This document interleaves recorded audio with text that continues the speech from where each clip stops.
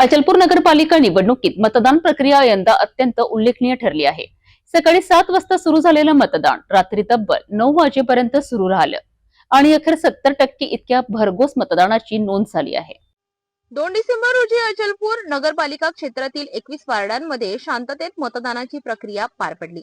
या ठिकाणी नगराध्यक्ष पदासाठी 7 उमेदवार रिंगणात असून मुख्य लढत भाजप, काँग्रेस आणि एमआयएमच्या उभाटा गटातील उमेदवारांमध्ये रंगण्याची शक्यता वर्तवली जात आहे।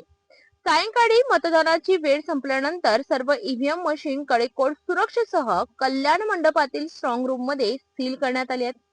स्ट्रॉंग रूम परिसरात पोलिसांचा चोख पोलीस बंदोबस्त तैनात करण्यात आला असून सतत देखरेखीसाठी सीसीटीव्ही कॅमेरेही बसविण्यात आले आहेत। अमरावती जिल्ह्याच्या अवर्ग नगरपालिका निवडणुकीचे मतदान काल संपले असून या ठिकाणी 70% पेक्षा जास्त मतदान झालेलं आहे। विशेष म्हणजे अमरावती जिल्हा ग्रामीण पोलिसाचा चोख बंदोबस्त होता। त्याच प्रकारे राज्य राखीव बल तुकडी 9 गट 9 यांचा सुद्धा बंदोबस्त होता। या ठिकाणी अचलपूर नगरपालिकेचे निवडणूक निर्णय अधिकारी बळवंत अरखराव, सहाय्यक निवडणूक निर्णय अधिकारी धीरज गोहाळ, त्याचप्रकारे सहाय्यक निवडणूक निर्णय अधिकारी व अचलपूरचे तहसीलदार डॉक्टर संजय गरकल यांनी संपूर्ण पारदर्शी प्रक्रियेकरिता प्रयत्न केले। या ठिकाणी 21 वार्डामध्ये मतदान झाले असून नगराध्यक्ष पदाच्या 7 उमेदवारांना सुद्धा मतदान झालेले आहे। रात्री ही प्रक्रिया 9:30 वाजतापर्यंत चालली असून या ठिकाणी आता स्ट्रॉंग रूममध्ये सर्व ईव्हीएम मशीन सील करण्यात आलेली आहे।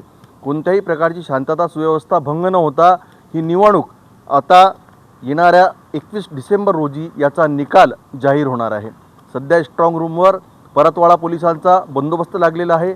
या ठिकाणी सीसीटीव्ही कॅमेरे सुरक्षेचे पूर्ण या ठिकाणी व्यवस्था करण्यात आलेली आहे। कोणत्याही प्रकारची शांतता व्यवस्था भंग होऊ नये आणि पारदर्शी निकाल जाहीर व्हावा यासाठी सुद्धा या ठिकाणी प्रयत्न केले जात आहे।